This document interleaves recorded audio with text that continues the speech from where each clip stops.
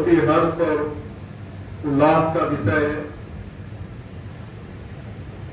कि आपके इस साहित्यिक समारोह में सम्मिलित होने का जो अवसर मुझे प्राप्त हो रहा है। इसके लिए मैं इस समारोह के आयोजकों का हृदय के अंतःस्थल से आभार व्यक्त करता हूं।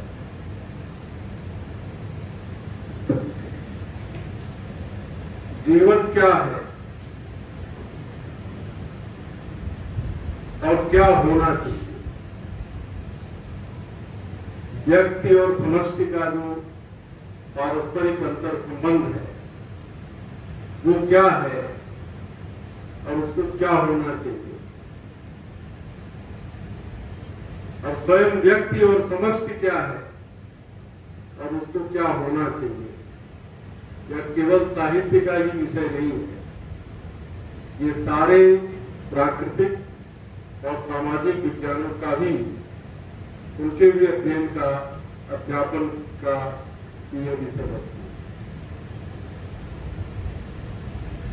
हम क्या हैं और क्या होना चाहते हैं, इसी को पढ़ने के लिए हम स्कूल में जाते हैं, कॉलेज में जाते हैं और यूनिवर्सिटी में जाते हैं।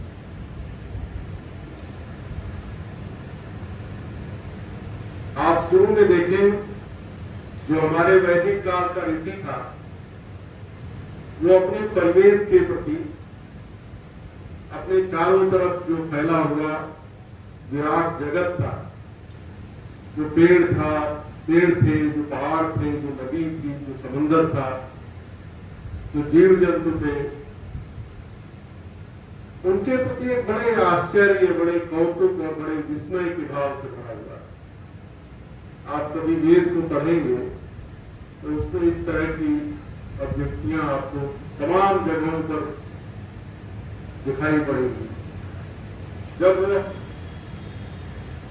कौतुक और विस्मय पूरे वैदिक साहित्य में बिखरा हुआ दिखाई देता है।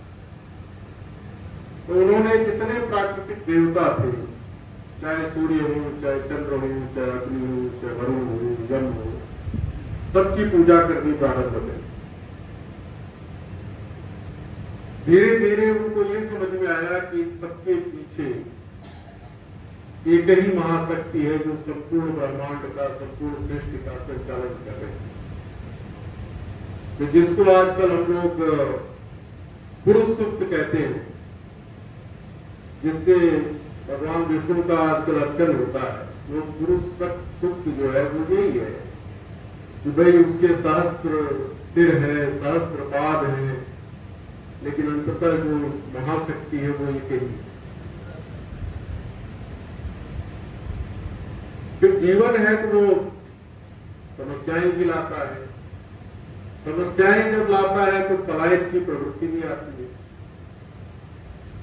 पलायन की प्रवृत्ति आती है तो आदमी, जो गीता में कहा है भगवान ने कि न यद भासयते सूर्यो न चंद्रो न पावकः यद गत्वा न निवर्तन्ते तद्धाम परमं मम।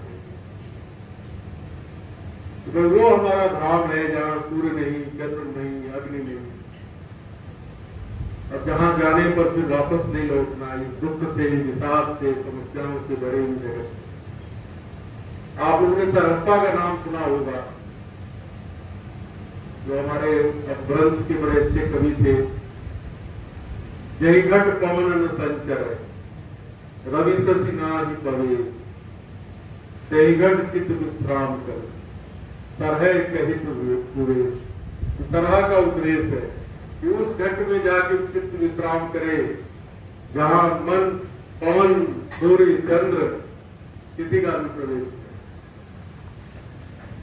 फिर धीरे धीरे ये समझ में आया लोगों के कि नहीं, इस जीवन और जगत से पीछा नहीं छूट सकता, अंततः यही रहना है।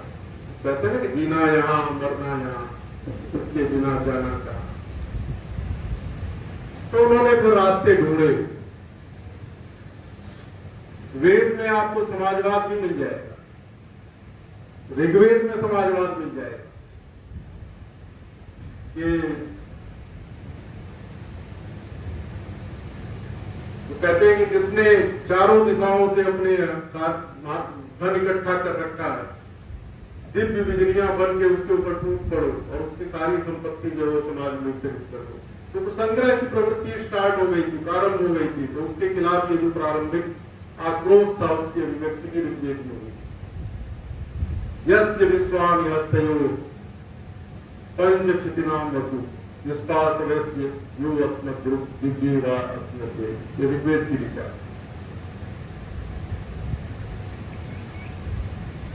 ये सारा जो संघर्ष, जो द्वंद्व पैदा हुआ है, व्यक्ति और समाज, व्यक्ति और समष्टि, इसका द्वंद्व है। ये व्यक्ति और पर्यावरण का द्वंद्व है, ये व्यक्ति और उसके परिवेश का द्वंद्व है, ये समायोजन की समस्या है। हम एक सुखप्रद अस्तित्व, एक सुखद अस्तित्व, ये हम खोजते हैं। कैसे हम अपने अस्तित्व को आनंदपूर्ण बनाए, सुखप्रद बनाए। सारी जो खोज है, सारी तलाश है, सारा विमर्श है, सारा विश्लेषण है, सारा सृजन है, सब कुछ इसी दिशा में।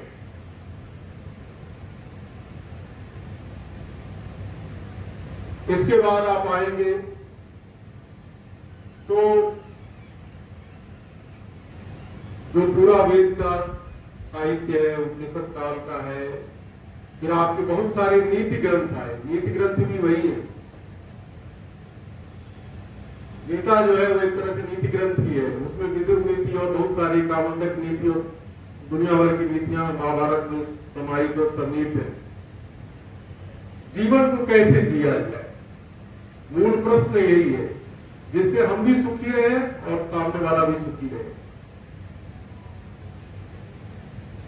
तो दुख जो है ना वो जीवन का भी केंद्रीय विषय है और ये साहित्य का भी केंद्रीय विषय है और सारे प्राकृतिक और सामाजिक विज्ञानों का भी केंद्रीय विषय। ये जितने लोहियावाद, अम्बेडकरवाद, मार्क्सवाद, नारीवाद, जितने वाद पैदा हुए दुख से ही पैदा हुए। जैसे स्त्रियां हैं, स्त्री विमर्श प्रारंभ हो गया, फेमिनिज्म शुरू हुआ, क्या जरूरत है बात चलाने की। स्त्रियां दुखी थी, दुख से उत्पन्न हुआ। पिछड़ा वर्ग है, उसको मूल धारा जो समाज की मुख्य धारा है वो समझते थे, जब पीछे छूट गए, लोहिया अम्बेडकर आ गए, फूले आ गए। दुख है उसके केंद्र में, कबीर है, तुलसी है, निराला है, मुक्तिबोध है, प्रेमचंद है, अकेय है।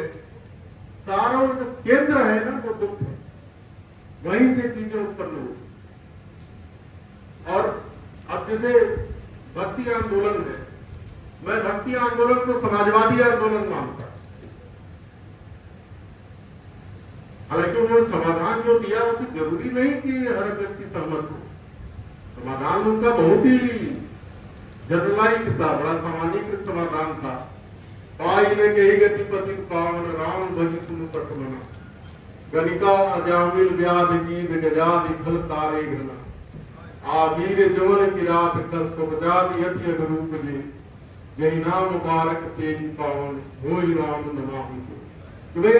तुलसीदास जी ने कहा कि जो राम का नाम ले ले बस वो परम पवित्र हो गया, पावन हो गया, वो सारे जो है विषमताओं से ऊपर चला गया। तो मनोवैज्ञानिक स्तर पर जो है वो चीज आई।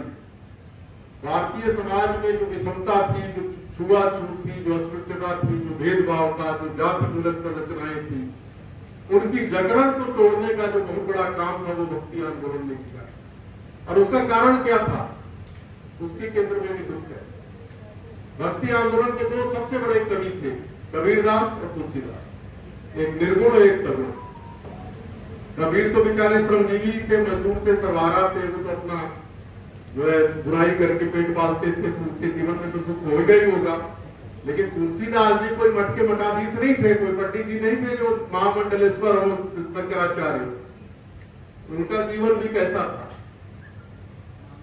बचपन जो था माँ बाप ने बाहर निकाल दिया, 32 दांत थे, राम बोला, पैदा होते उन्होंने राम का नाम ले लिया।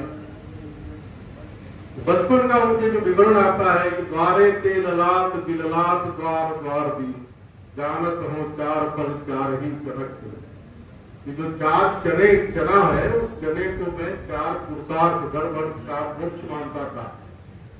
अब इस दरवाजे से उस दरवाजे तक जो है उस रोटी के टुकड़े की तलाश में घूमता था। ये तुलसीदास की कविता है।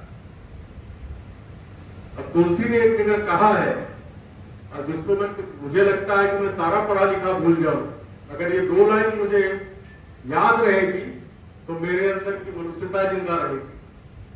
तुलसी ने कहा है कि हम विस्पाई जन्म के सहे अबोल कुबोल, और नेक न मानत अनक हम जानत अपनों को। उन्होंने कहा हम तो जन्म से ही जार पीने वाले हैं, और हम ये जो कटुक्तियां हैं, जो व्यंग है, उसको सहने के अभ्यस्त है। नेक न मानत अनक हम, इसका जरा सा भी बुरा नहीं मानते। क्यों? जानत अपनों को, अपना मूल्य और महत्व हम जानते हैं। ये तुलसीदास की लाइन। अब तुलसीदास ऐसे नहीं थे जो सामाजिक विषमताएं थी, जो गरीबी थी, जो परिस्थितियां थी, उनसे कोई आंख मूंद करके पड़े हुए थे, ऐसा नहीं था। उनके कवितावली का एक जो है उदाहरण है कि खेती न किसान को, ऐसा लगता है जैसे आज का हिंदुस्तान आपकी आंखों के सामने खड़ा है। खेती न किसान को, भिखारी को न भीख बनी, बनिक को बनिक न चाकर को चाकरी, जीविका विहीन नर सिद्धमान सोच बस, कहे एक एकल सो कहा जाए का करे। खेती न किसान को खेती नहीं है।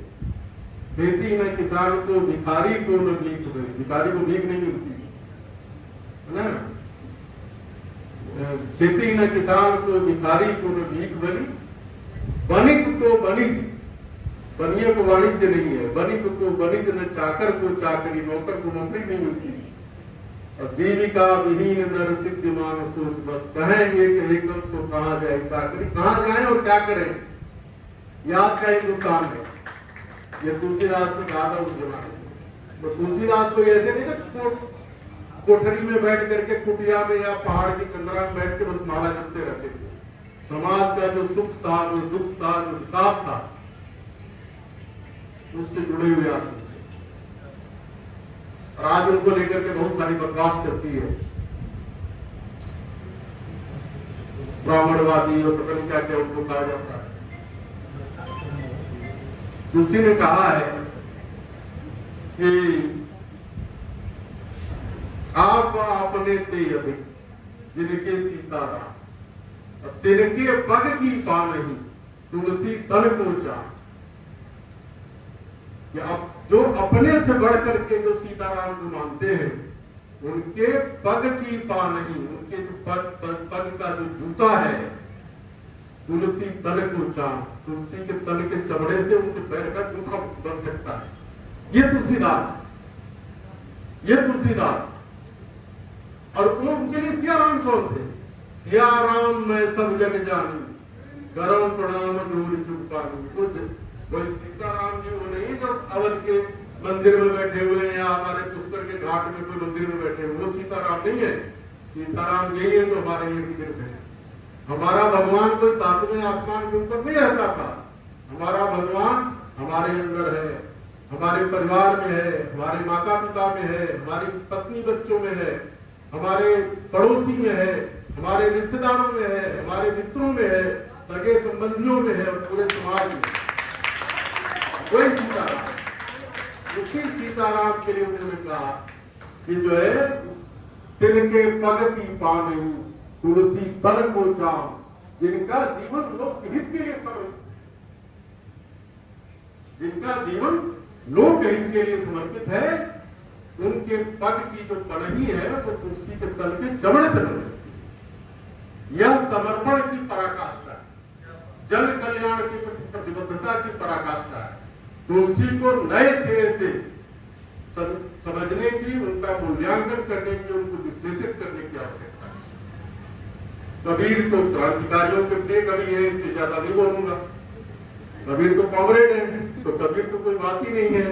उनके फेवर में तो हम क्या बोले, हम तो कॉमरेड भी नहीं है खैर। और अब आप आगे बढ़िए, भक्ति आंदोलन के बाद का जो साहित्य है, उसके जो केंद्रीय जो कवि है, जो उभर करके सामने आते हैं, वो निराला। पूरा भारतेंदु युग से लेकर के द्विवेदी युग से लेकर के और नीचे तक निराला एक ऐसे कवि है जो लगता है कि वही धारा जो वेद से, उपनिषद से, गीता से, पुराणों से जो प्रवाहित हो रही है, जो सनातन संस्कृति की अविच्छिन्न धारा है, जो लोक में परमात्मा को का दर्शन करती है, वो धारा वही सीधे आ रही है। और केंद्र में जैसा मैंने कहा कि वही दुख है। दुख ही जीवन की कथा रही, क्या कहूं आज जो नहीं कही। स्नेह निर्जर बह गया है, रेत जो तन रह गया। आप देखिए ऐसा लगता है कि पूरा जो एक सुख विहीन जो जीवन है उसका एक बिंब। बांधो न गाओ उष्ठाओ बंधु, पूछेगा सारा गांव बंधु।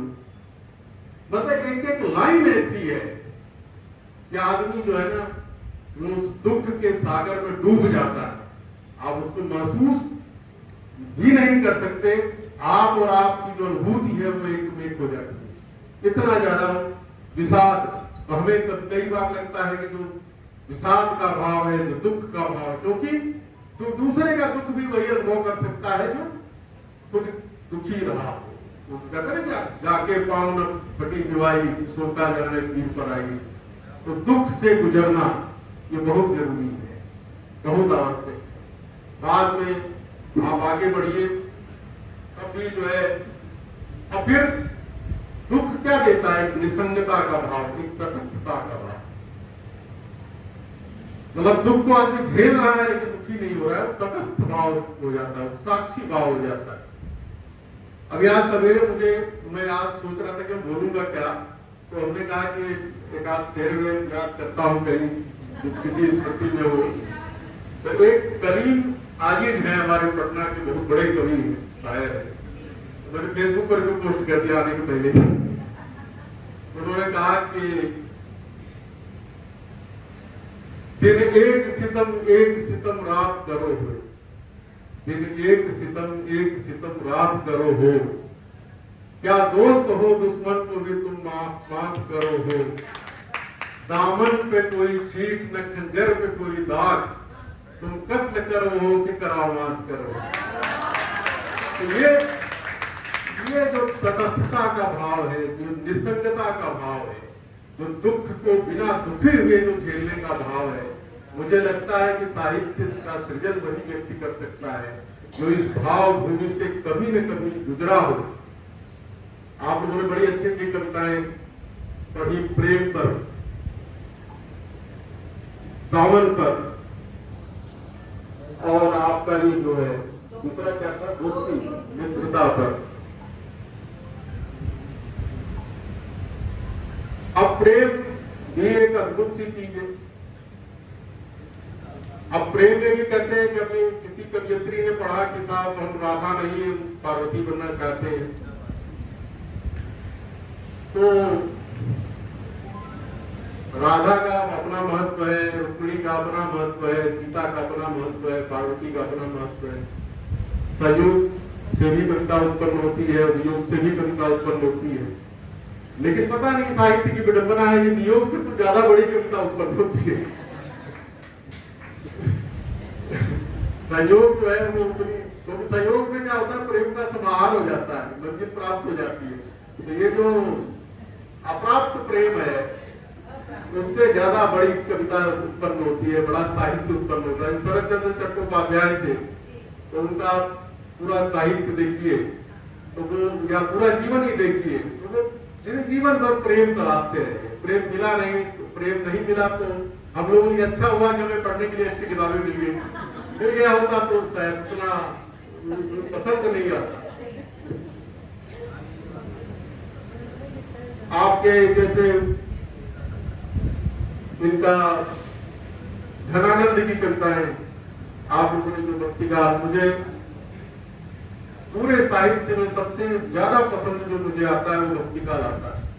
तो घनानंद का जो है बिल्कुल मेघदूत की तर्ज पर उन्होंने कविता लिखी। जो कालिदास ने मेघदूत लिखा है, एकदम उस तर्ज पर उन्होंने कविता लिखी कि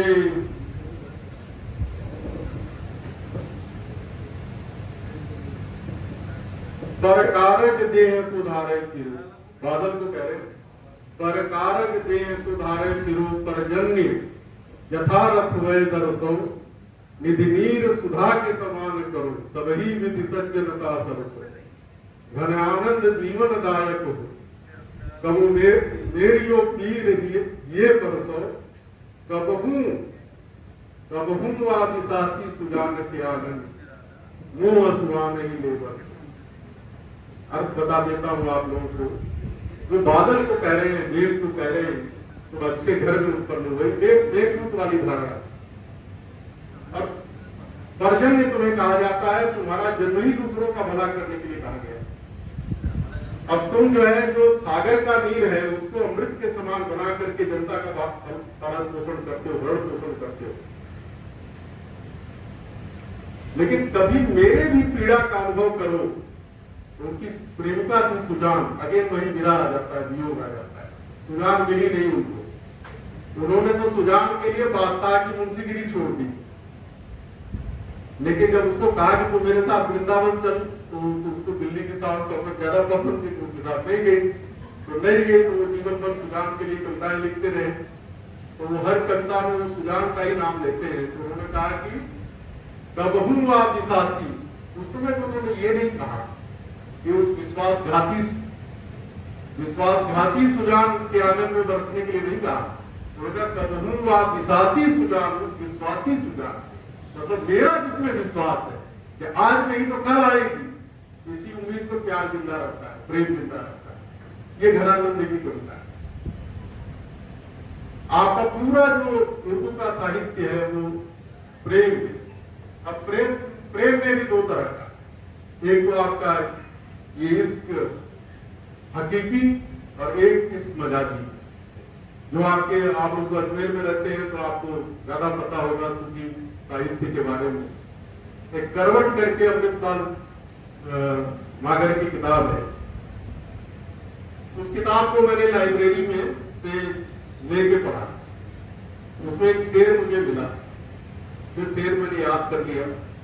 फिर मुझे लगा कि नहीं, याद करने से अच्छा है कि उसको कभी कभी पढ़ लिया करें। तो उस एक शेर के लिए मैंने किताब खरीदी, वो एक शेर के लिए रखी हुई। वो है कौन दिन जो तेरे लिए, वो है कौन दिन जो तेरे लिए मुझे तुझ गली से गुजरने, यह है क्या सितम जो तुझे सजन। ये दोनों के बारे में, प्रेमिका के बारे में भी है और परमात्मा के बारे में। इसको फिर से दोनों ही संदर्भों में सोचिएगा। वो है कौन दिन जो तेरे लिए मुझे तुझ गली से गुजरने, यह है क्या सितम जो तुझे सजन, मेरी अब कहीं भी खबर नहीं। अभी तक तुझे खबर ही नहीं है मेरी कि मैं तेरी गली से रोज गुजरता हूँ तेरे दीदार के लिए। ये ईश्वर के लिए भी है, प्रेमिका के लिए।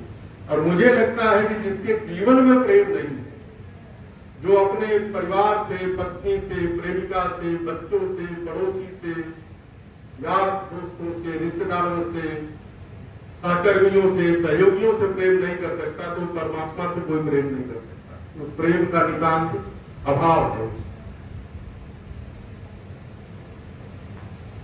अब इसके आगे जब हम बढ़ते हैं तो आप देखिए, ये जो समाज है इसमें सब कुछ शुभ, सकारात्मक और मधुरी नहीं है। बहुत कुछ ऐसा है जो हमारे दिल और दिमाग को खटकता है। बहुत बदसूरती भी है, बहुत क्रूरता भी है। चारों तरफ सौंदर्य और माधुरी ही नहीं बिखरा पड़ा।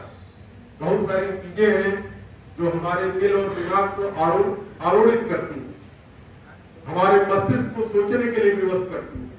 कई बार लगता है कि मतलब ऐसे क्रूर, कठोर और निर्मम परिवेश में प्रेम की जो कविता करना है वो भी एक तरह से बड़ा हिम्मत का, बड़ा साहस का काम हो जाता है।